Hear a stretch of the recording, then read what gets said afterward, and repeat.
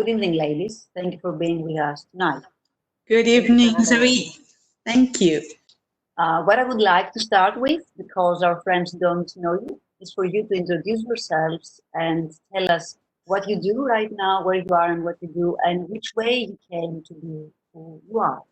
So let's start with Yalile in Vienna.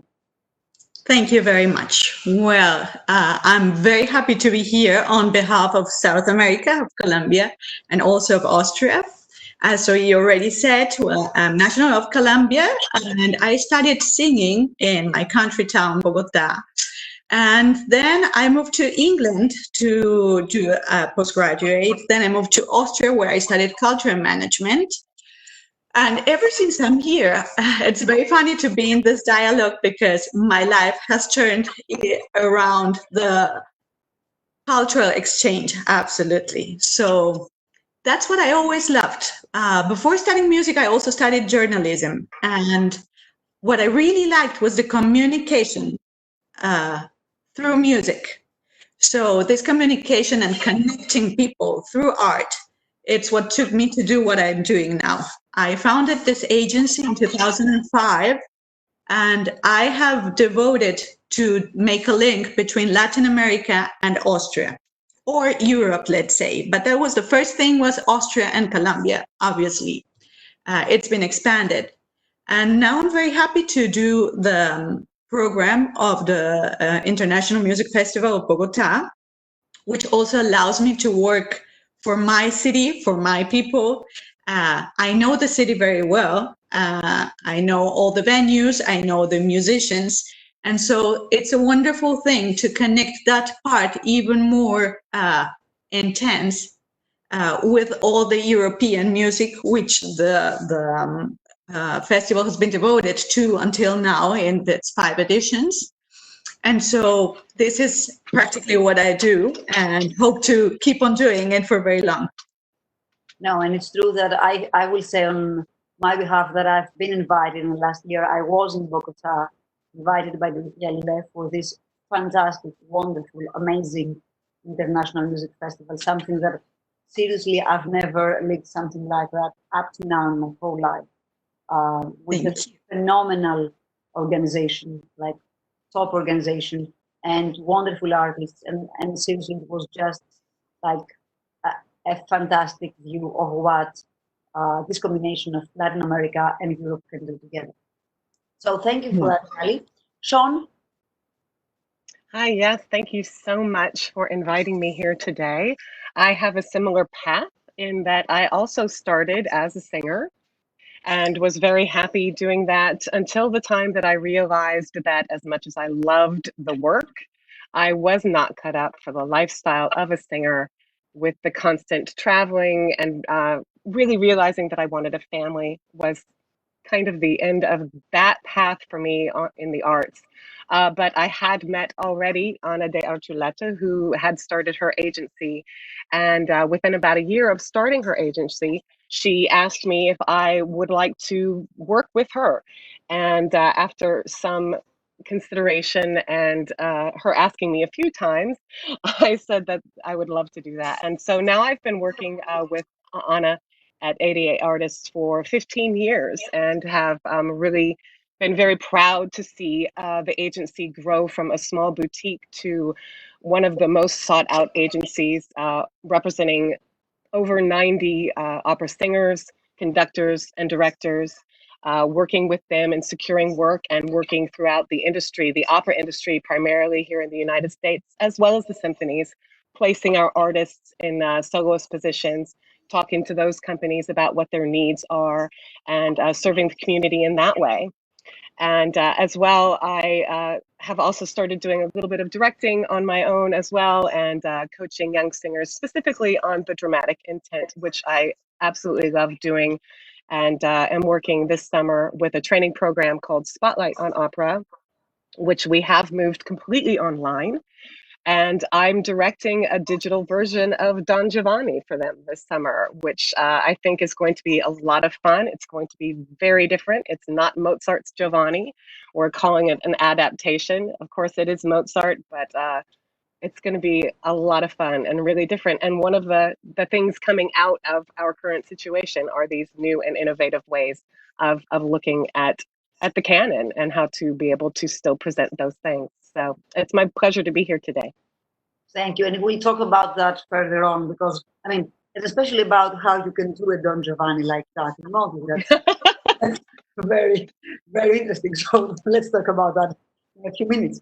So what I would like to know now, like before we start and we talk about the current condition and where we're going, is how you felt. And I'm sure you cannot like say a lot of things about that because we all felt it was okay. But how do you feel that things were just before the virus, like for arts in general, in the place where you are and how, in the way that you represent people, if you were happy, let's say, in the way that we were going as a society, a community in the arts?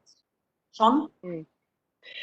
That's a great question. I feel like, you know, there was the 2008 crash here in the States anyways, where we lost a lot of our organizations and people were struggling in the industry. And I feel like, you know, we had a comeback from that, but then it kind of went back to more of the same. And what I feel is very interesting about the time that we're in now, first of all, we were still struggling. I mean, we were having to, after 2008, it was still more work to get the same amount. You know, we still had to work harder to be able to meet our goals, to be where we had been before that. We had to work harder. And the support, at least here in the States, the support from the country in terms of any monies, you know, just wasn't as much as it had been. And so the companies and everybody was working harder to be able to do the same. But what I think what's exciting about what's happening now is that I think that now is a time when we will actually see real change in terms of our goals as artistic entities and the voice that we have to be a voice of change in the arts. I think that now is the time when those kinds of changes are actually going to happen. I truly believe that. Okay, good.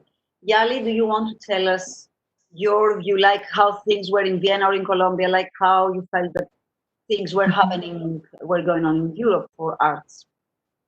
Yes, well, I think the whole panorama was very rich. You know, when you're in Vienna, you actually, it's hard to choose where to go tonight. You know, it's like you have at least 4 operas and 5 concerts you would like to attend. So it was which is oversaturated, I thought. It was my feeling. I had the feeling that everything, culture, but also life, like everything was going much too fast.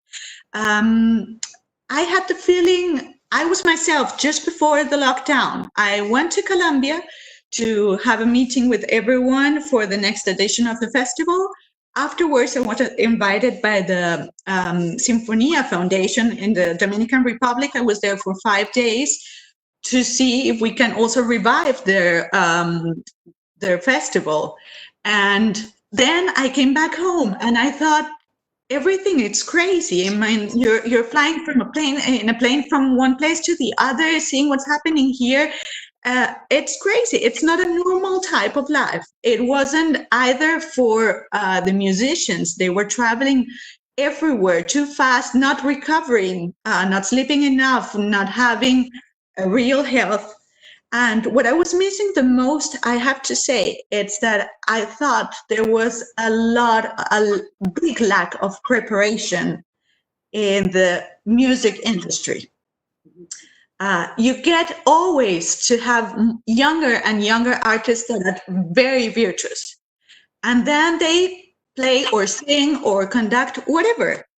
And I had the feeling this option of traveling and doing this and doing that and getting as more jobs as possible didn't give anyone the chance to really go deeper and work seriously on a project.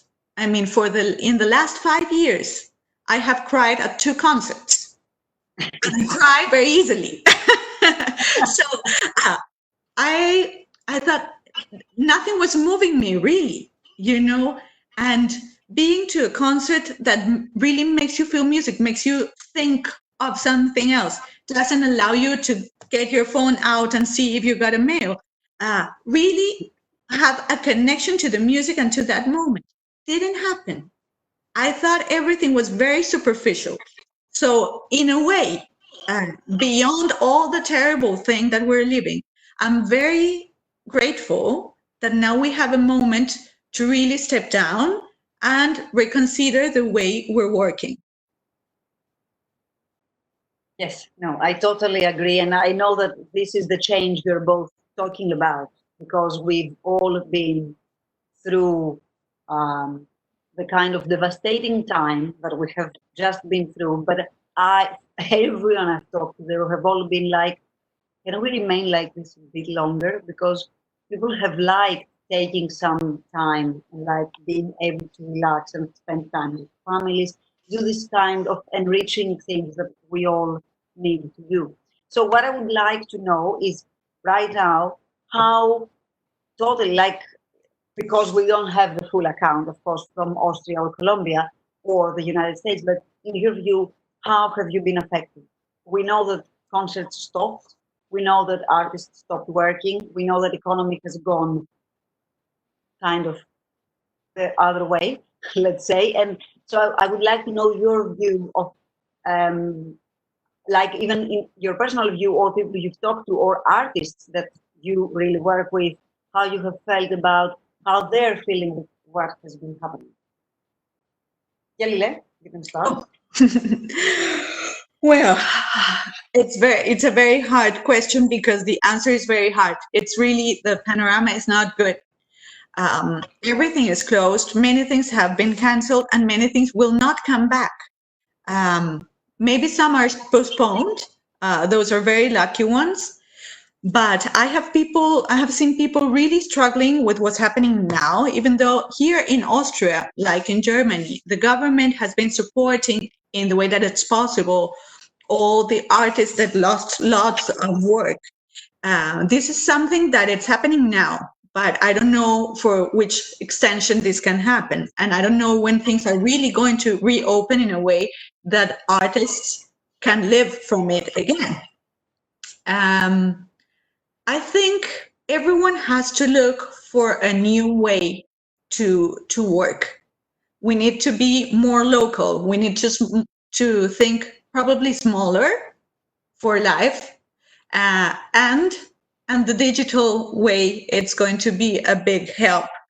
But of course, with something so terrible like the lockdown, when everything has been streamed for free, it's been a big help for everyone's souls. But in a long period, it's not going to help the artists. We need to start charging for the work we have worked for so many years.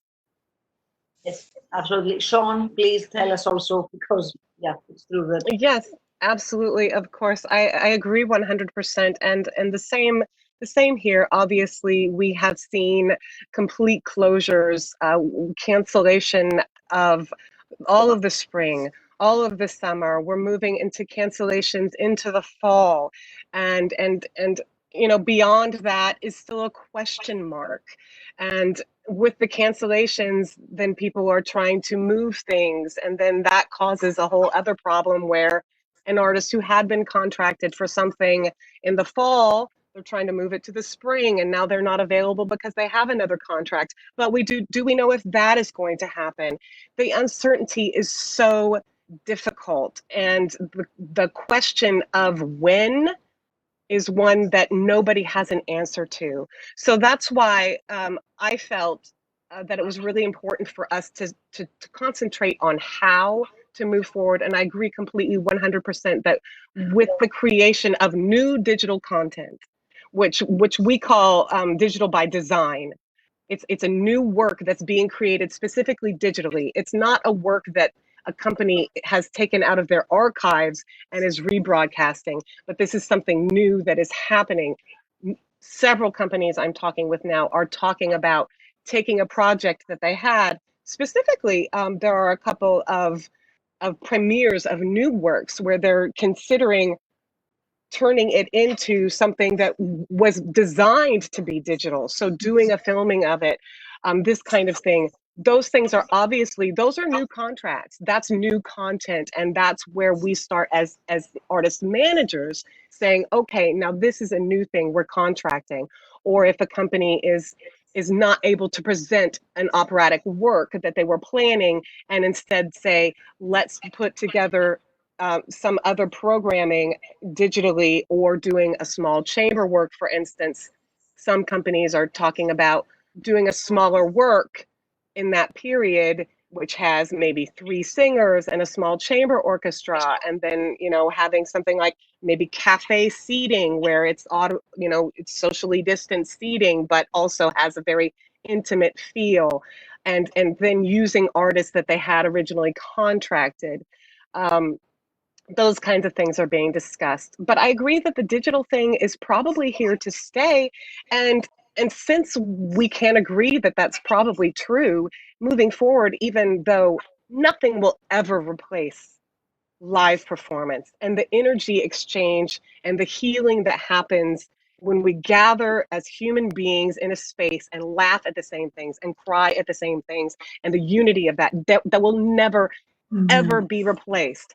But there is an opportunity here for us to reach a new demographic by engaging people in a new and different way and showing them what we do in a way that is engaging people who are used to the digital platform and have grown up with that, and saying, hey, look at what we do, and then them experiencing that in a platform that they're comfortable with. And then the hope then is they say, hey, I liked this. Let me see what it's like to go and see a full show and go and be in the theater and experience that. And I like to see it as an opportunity. And so that then we can have both eventually, so that when we gather again, maybe we will be doing our live performances, but also offer live streaming for those people who can't be there. And it can be a source of revenue for the companies where they have a subscription where you subscribe to be able to get the live content, or something like the Met has been doing for years with their Met on Demand and in the theaters. I think, you know, it's an opportunity for us to expand and get our word out more as to what we do and what we bring to our communities. Yeah, no, it's true. I mean, I totally agree that, you know, the live, and I'm saying that from the artist's point, like there is no way that we need that energy, but I assume that, you know, you can get used to things. And of course, like me as a conductor, when I go on stage and there is the orchestra and the audience there, I know what energy this gives me and I know how this makes me go. But I assume that this can happen also without an audience. I mean, the orchestra is already there and we're all there to do that thing. And I'm sure that we can also explore different parts of our inside selves through that, because truly we know what an audience is and what it gives us, but maybe it would be interesting for various artists to see also the side of making art without that kind of help, let's say. I think it might even make us evolve more as human beings on understanding things from inside, on what art is and why we do what we do, which doesn't have to be the audience in a way. Of course, we do it for people, we do it for humanity, we do it for the arts, but see what that could be. So what I would like now, since you spoke about digital content, Shawn, and because you spoke about that Don Giovanni, can you just tell me just a bit, because really I find it very interesting, like how you will direct that digitally, just a bit. I don't want you to give secrets out because it will come on, but just very, very little of how you can do that through internet. Absolutely. A teaser. So I had already been going to go and do the program this summer and was working on my staging of Don Giovanni for the stage when all of this happened. And we were talking about possibly moving to a digital platform. And I really said, you know, I kind of need to make that decision sooner than later, because I can't keep staging Giovanni for the stage and then 3 weeks before say, okay, we have to do it digitally, because I knew that if I were to do it digitally, it was going to be something completely different. Because I'm not going to try to take what we do live in stage and put it into this other way of looking at it, into this digital format. That's not what I was going to do. So we made the decision, and I said, okay, here's my idea. We're going to do a 90-minute version of Don Giovanni. There's going to be no recitative. We will do a little bit of dialogue in between the scenes. We are releasing it in 6 episodes, which will be 15 minutes each. And the whole concept for it, and this is the big reveal, but there's going to be some promotion coming up soon anyways. Okay. It is set primarily within a dating website. Okay. Fantastic. Now this sounds very, very exciting. And to be honest with you, I mean, I love the idea of the 15-minute episodes in a way, because seriously, the way that we are, and I sometimes I do disagree also with the way we are, as Yalile said, because I'd like to see sometimes more depth and just staying there and rehearsing for a month before whatever, and that would be fantastic. And we don't have the money to do that all the time, and we know this. So this thing of the 15-minute episode, I think it's a very good thing to make people want to see more. And then, exactly as we said before, be able to create the wish to go and see then a Don Giovanni that will last for 3 hours when it comes on stage. Right. And it is easy. I mean, we know how it is, because if you educate people, then people can do it. The other night, I have to say this because I was very happy. My twins, they're not like, they're just 4, and we watched the whole Magic Flute from Royal Opera House, which went up to 11:45 p.m. in Greece, and they were up like that, waiting for Papagena to come on and waiting to see ending and everything, and they stayed there for 3 hours, like totally locked on screen, which is not what I would like. I don't want them to be on screen, but if that's what we have, then that's what we use. Mm-hmm. So, thank you, Shawn. Thank you for revealing this. Yalile, what I want to know is how you feel about what will happen now. So the digital content and everything. How are kind of, not your hopes, I want them later, but how do you feel that we will go? Do you feel that, like in Austria, things will open up soon enough? I know that you don't know, but what is your feeling? And for Colombia, like the things that you get, because you have the addition of the festival coming on. So tell us about these plans. Well, we have 2 very different stages in South America and in Central Europe. So in South America, we're absolutely locked down, and I don't actually know when things will really get better. I think we have to be very patient. So I don't dare to say anything about what's going to happen, because the curve is still growing. As for Central Europe, I think, as we have talked, we have experienced big concert halls with few people, which is a little sad, but it's also a wonderful experience. And so I went to my first concert last week. I was telling you before the conversation started online, and it was a beautiful, beautiful experience for myself. I was expecting something wonderful to happen, but I never imagined I could cry for 70 minutes through ever since I sat down and heard the first note. It was absolutely amazing. It was a concert of the Wiener Academy playing on period instruments, Bach, Handel, Vivaldi. It was absolutely beautiful at the Golden Hall of the Musikverein. And this huge place, so beautifully decorated, only with 100 people. And this music, it was like it embraced me. It was something wonderful. And then I said, okay, this has to happen. The analog has to keep going. And we don't need the big concert halls. There is always a solution. We need to go on plan B.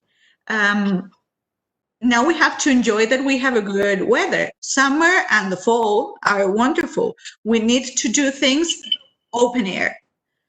We need to do things online, but we need to be creative. We need to do big things, big oeuvre in a small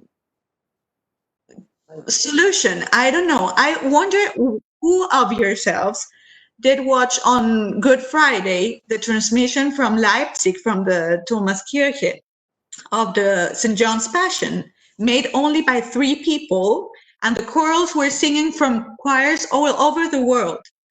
That was something that was so moving. And I think, yes, we need to go to a new solution. We need to keep the music going in a way that it's possible to be done now. So, dear artists, dear promoters, dear agencies, let's go for creativity. No, I have to admit that for me it has been very interesting also. I'm doing this parenthesis here because, there is a version of Bruckner 7 with 10 people. I'm dying to do this version. I actually want to do this version. I'm not doing that because I cannot do the big Bruckner version or the Mahlers, that they're all done, the Stein and the Schoenberg period of time that they were doing these versions for 10 people. But that's what I want to do because it is really chamber music instead of just going in front of a big orchestra and trying to make a real Mahler in 3 rehearsals, which I think is impossible. If you have a small setup, you can do these big works. You can do the Lied von der Erde, like with 13 people orchestra. Why not? Why not? It will be the same thing. It might be even better because you will be able to hear all the lines as you should. And I think it's very important. Anyway, so what I want to go on is also you, Shawn, tell us if you feel these things. I mean, you spoke about the digital content, but you feel that this is the way we're going, right? Like we're kind of opening up slowly after January and Absolutely. Absolutely. I'm already talking with so many directors of companies at all different levels about what kinds of programming will be possible. Talking about outdoor spaces, certainly talking about these chamber works. I'm actually compiling and putting together a database of chamber works specifically so that I have that information so that when they contact me, I say, have you thought about this? I'm putting it in these are the comedies because we're all maybe going to need a good laugh and we don't want to see Mimi die right now. So that's, let's think about some comedies and what are the works that concentrate maybe on social commentary, which obviously there's so much going on in our world right now dealing with social issues and social justice and seeing more of that. I'm going to be ready. I have those works ready so that companies, as they're looking to do these smaller works, and like I said, doing it in a combination where you have this small work and a small group of patrons who are able to be there in person, but then this digital aspect to it as well, so that your reach is broader. And I do think that this is the path through where we are right now, a combination of the digital only content and then moving into these smaller works. And I think it's a wonderful opportunity, again, for that creativity that Yali was talking about. I see it happening. I hear people coming up with those ideas, and it's exciting because it is making people think beyond what we normally do and throwing a show together and paint by number opera or whatever, but really engaging both our hearts and our minds in how to move forward in our mission to communicate humanity with each other. Thank you, Shawn. No, it's true because actually I don't remember with who I was talking the other day and I said, stupidly, oh, we have to be ready for when everything is open again. And I remember that person saying to me, well, sorry, the COVID hasn't gone. And actually there might be a new COVID coming on in 1 or 2 years. Like we now have to be ready for maybe living like this. We don't know what will happen. So if we want to live in the present moment, we have to make use of the present moment and not hope for different things in the future because they might not happen. So we just have to be able to use whatever is around and make it work so that we remain creative in this way. And absolutely. Now, I mean, it's strange because we all think, oh, maybe we will be back in a year, but what is back? I mean, everything is right now new, and I know that all of us have changed, like seriously changed inside out, and our needs have changed and our priorities have changed. So obviously arts will change along. Yes, What- Zoe, Tell me. just remember, yes, last week I got to hear about a project that it's happening, I think, in New York. It's a small company, opera company. And this was another way of making, it's not analog, it's not live music, but well, it is. It's not digital. It is something that it's for that audience that needs something for themselves. I want a concert for myself. So there is people can register and make a date and choose an opera or arias of an opera they would like to hear. And then that person will be rung by phone, and the singer is on the other side of the line and sings you the concert only for yourself. And I thought that it's a wonderful thing because it's very personal. However, you're not together, it's okay, but it's at least concert made for yourself. That was a beautiful thing, I thought. And that's why I said we need to get to think of new ways of getting together. Yes, no, it's true, because this is the thing that definitely will not change, the need of humans to be together. And the human being also forgets very easily, like, because I was worried at the beginning, like, will we ever be able to feel as we did before? And I'm sure we will, and even better, because we do have, and I'm saying forgets in a good way, like we do have the ability and the resilience to forget kind of bad things and experiences and move on and hope for the future. So what I would like to ask now is, since we are in the Hellenic Institute of Cultural Diplomacy, what I would like a general view of what you think that culture can do, like a dialogue, like if arts can be a dialogue for culture, for exchanges, for diplomacy, like the way that we can use all these things in order to create the connections between nations and countries. And Yalile, do you want to start? Thank you. Yes, absolutely. I think there's not a more natural way of making bridges than culture, than art, because it's something that happens for itself. There is something that grows from your heart and from your mind, and you link to someone else, and you link countries and nations. And so I was thinking, for instance, of the young orchestras, where people on the summer camps, where people from all over the world come together and play an instrument, and they don't speak the same language, but they do. They have music, which is the common language, and they go together for the same goal, even if they cannot talk with each other. I was thinking of the East-West Divan Orchestra. Everything that can happen through music or through art. And even museums are reopening here in Austria, as I told you, and we're very lucky. And we're also very lucky not only that they are open, but that we have very few tourists, or almost no tourists. So Austrians are getting the chance to visit the museums, and so have we done.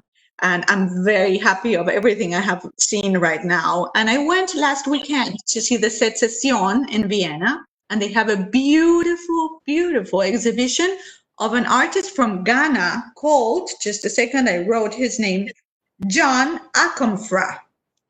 He lives in London, and he did 3 videos. The music was beautiful, and he's done it for years, actually. It touches everything that we are talking about now. It touches themes of racism, of course. It touches poverty. It touches everything, social life, everything. And I went with my children, and it was so touching that ever since we have not eaten any meat since we went to that exhibition. My kids didn't want to. I didn't want to either. And I thought, actually, art makes the rules for the community. They are not imposed. They don't come from above. Artist makes you make the rules for social life, for love and for peace, grow from yourself. So yes. Yes, good. Yeah, that's very very sweet of you and your boys not eating meat anymore. I don't know Seriously, for how long, but it's a very touching thing for so all of them, like all four of them, they don't yes. want to eat.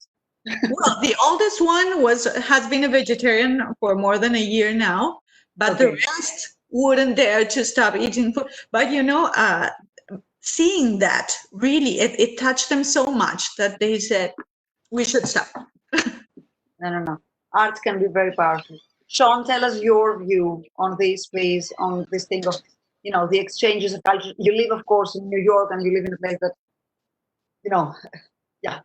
Absolutely. I have always believed that the arts are the way to cross cultural borders and to have a common language that we all speak, which is of the heart. That is where the arts stem from. But I really feel that now is such an incredible opportunity for us as artists to reconnect to that part of what the arts is. Certainly, it's never really gone anywhere. There are tremendous works that have come out in the past decade or in that, like I said before, speak to social justice and make us see another way of thinking and understand another person that perhaps we wouldn't have understood before because we see their story being told. And it has always been what the arts do. But I do think that we were speaking before about the rushing around and the feeling like things were just kind of thrown together. And I do think that sometimes we lose track of that when if you're producing a big work, and we kind of do get into this feeling of it being rote. And we've seen this story 100 times, and this is how we always do it.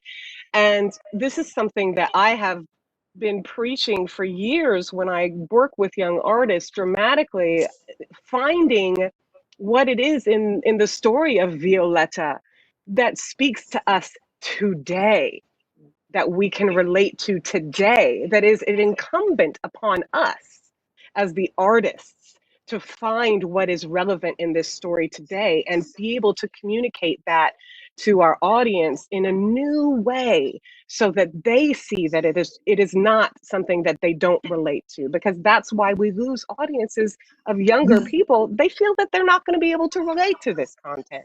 It's our job to make sure that they do.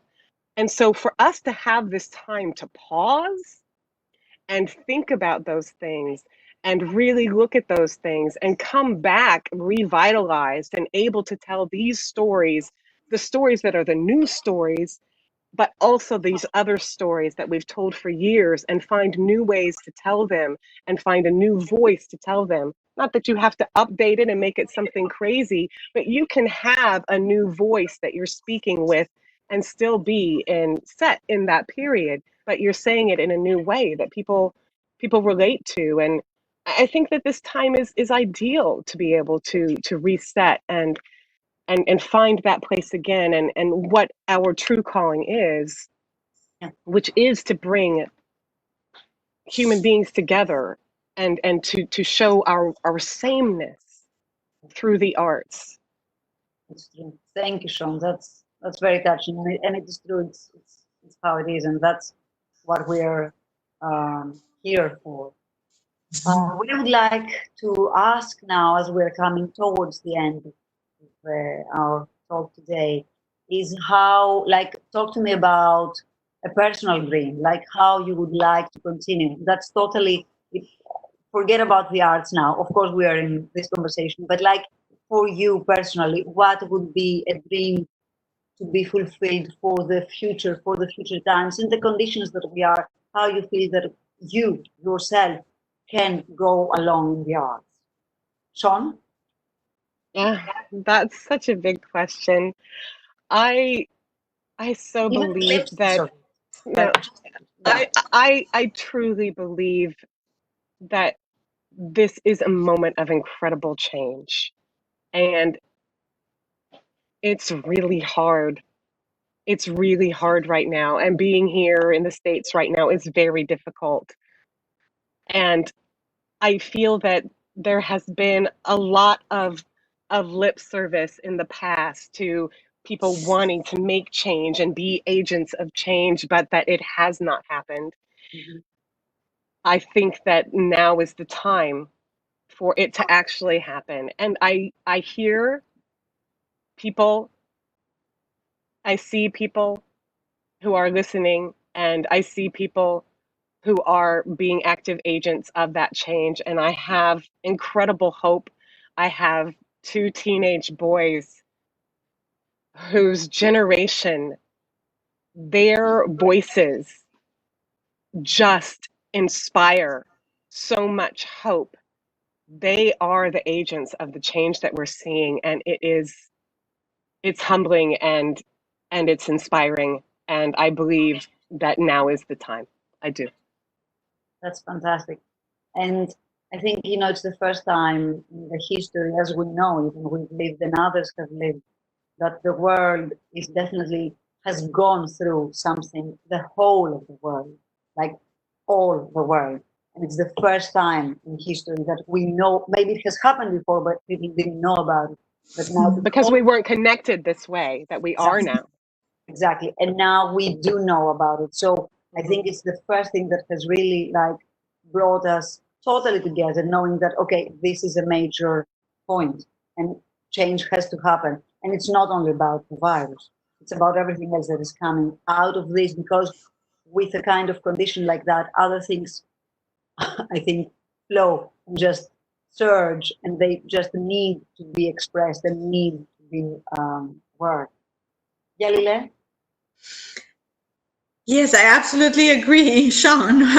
And I think it's same here. I see how the next generation is growing and seeing the world with different eyes as we do.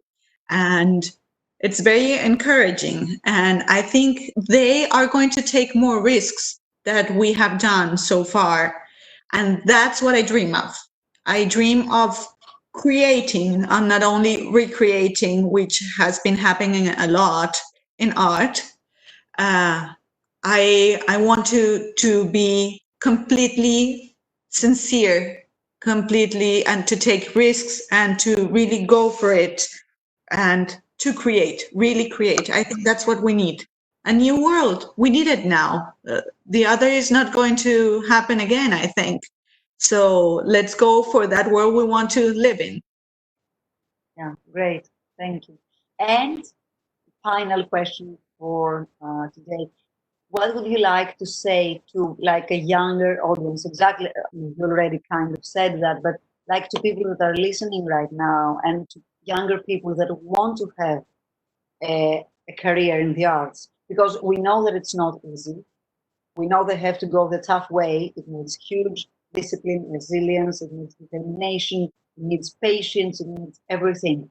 And we know all this. So what would you like? And I'm sure that they're even more worried now, because with what has happened, they're like, where shall I go and why shall I go there if things are just closing down on us in a way? So what would you like to wish to them and tell them for the future as a hope and as a, a way to help them? Yalile? Well, I think it's the same. It's work hard, but don't work only on, fingers, scales. Don't only be virtuous. Work deep, because at the end, what audience take home is it's the message. The notes stay, they go away, they need to take a message. So go deeper in the meaning of music or of the whatever art you're practicing. Go for new things, be creative, do something new, and stay and knock on every door. I've been very sad ever since things have been reopening, because I've seen obviously, for the status and for the money of the presenters, they need to have stars. So as far as festivals are opening again, all festivals are taking the big stars again, and the same 5 people are playing or singing everywhere. And it is, for myself, it's like going to every city in the world and finding an H&M or a Chanel boutique, you know, it doesn't make a difference. And now you hear the same 5 people playing or singing everywhere. And it's nothing that it's new, but it's good for the promoters to have some cash and to have a status. I have had this, and all these stars don't have a work now, obviously, because everyone has been home. But we need to get that people, the promoters, know that there are other ways of getting people into the concert hall. There are other ways of taking everyone's attention. So go and take your good ideas and say, I have something special to offer. I'm not same as all the others. Listen to me and go for it. Thank you, Yalile. Thank you. Shawn? There's not a lot that I can add to that, only to reiterate exactly what was just said. As I say to young artists all the time when I travel and I speak to young artists about the industry and how to move forward in it, and am constantly asked by them, what is missing from my presentation? What more can I add? And the answer that I give over and over again, and I give it to people who nod back at me, understanding that what I'm saying is true, the answer that I give is you. You are what's missing. We don't want to see the notes and hear and see this story that we've heard and seen 100 times already without you present in it, because you are the only thing that you have to offer that nobody else has. What is your voice? What is it that you want to say and share through what it is that you do? Don't leave that in the hallway when you come into the room. Please enter, be there, be present, and let us see who you are, because that's what we're looking to see, and that's what we will connect with. And ultimately, that's how you will be seen and heard more deeply. You, that's it. Thank you, Shawn. This is beautiful. Yes, and this is how it is.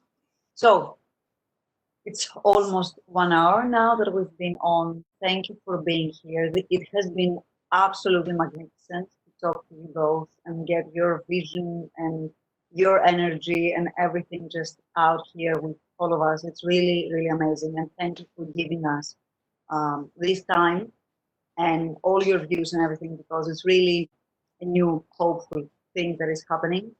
So thank you for everything. I've enjoyed it tremendously. And let's keep working on these new selves. Thank you for inviting us. Thank you so much. Thank you, Shawn. Have a good night. Bye. Thank you. Bye.